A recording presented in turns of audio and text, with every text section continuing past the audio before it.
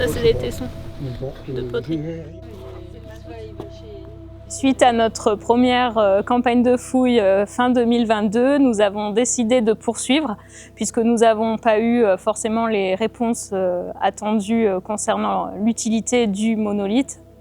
Donc voilà, on a décidé de relancer une deuxième campagne pour pouvoir avoir vraiment une vue d'ensemble de cet espace autour du monolithe, de voir s'il y a des ancrages, voir éventuellement si on trouvait d'autres objets ou toute marque du passé pouvant nous aider à comprendre sa période d'utilité et son utilité.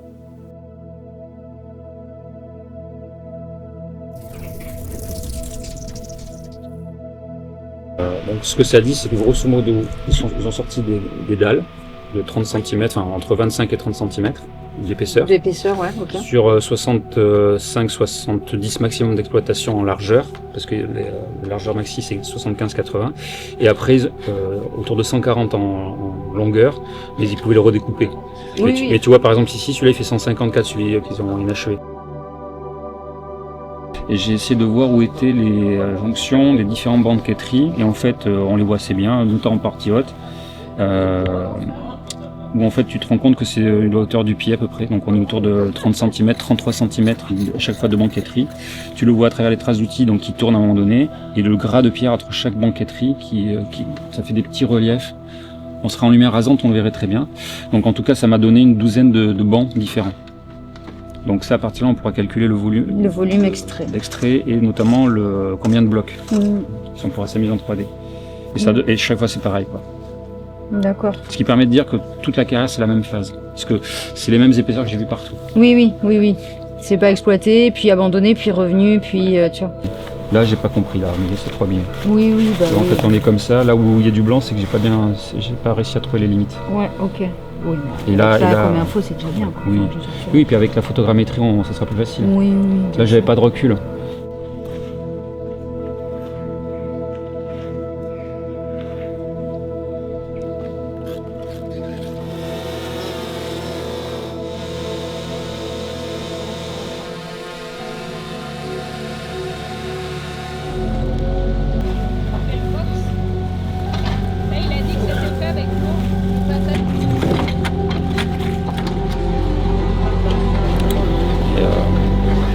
Moi, je pense de plus en plus que c'est un truc pour le vin. Hein. Je suis quasi.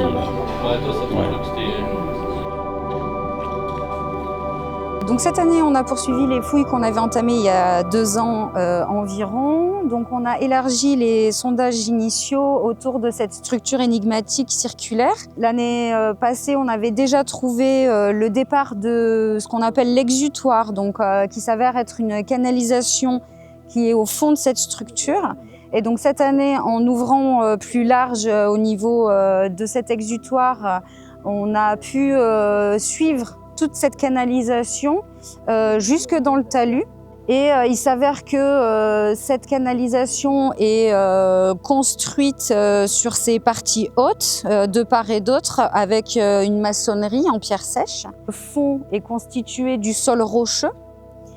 Et ensuite, plus loin, quand le sol rocheux commence à tomber dans le talus, la canalisation, on appelle ça une évacuation plutôt du coup, se pose sur le sédiment qui est resté. Donc en fait, une sorte de couche d'occupation dans laquelle on a retrouvé des tessons de céramique, de la faune et donc des éléments qui potentiellement peuvent être datants.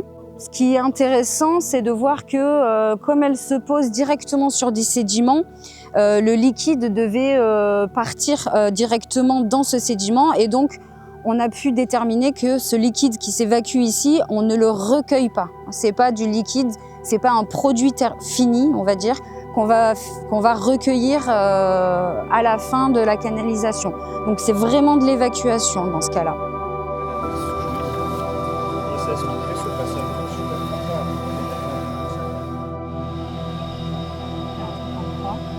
Corinne et Peggy ont essayé de comprendre les phases de creusement, et notamment d'une carrière de pierre qui est venue, maintenant on en est sûr, recouper la structure circulaire qui reste énigmatique.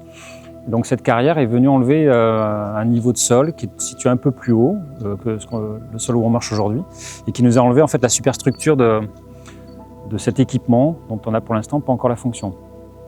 même si moi je pense de plus en plus que c'est un élément lié à la viticulture, à la vinification du vin, pour un système de type fouloir ou pressoir, ce que Corinne avait déjà envisagé en termes d'hypothèse. Et je me suis aussi intéressé aux pigeonniers pour essayer de mieux comprendre les phases, et en fait je me suis rendu compte que ce système circulaire, donc cette structure énigmatique, a priori doit être contemporaine du pigeonnier, puisqu'on se situe à peu près aux mêmes hauteurs et au-dessus d'un encorbellement qui a été cassé là, à ce niveau-là, mais qui est conservé au niveau du pigeonnier et sur lequel on circulait. Donc ce qui montre que les deux structures fonctionnaient ensemble. Alors le pigeonnier, lui, il n'est pas daté non plus, mais il est venu recouper une structure plus ancienne, un abri, qui est aujourd'hui perché. Et donc ils sont partis de cet abri pour creuser la fosse du pigeonnier. Donc on sait qu'on a au moins deux états très clairs entre un habitat ancien, non daté, et un pigeonnier qui lui serait plutôt d'époque 15e ou 16e. C'est la grande mode des pigeonniers. Et donc ce qui fait dire que et le pigeonnier et cette structure circulaire doivent se situer à la fin du Moyen-Âge. Et les éléments qu'a retrouvé Peggy et Corinne dans les sols montrent qu'on a du mobilier céramique qui effectivement correspond à cette période-là du 14e, 15e siècle. Donc on commence à comprendre un peu la chronologie du site.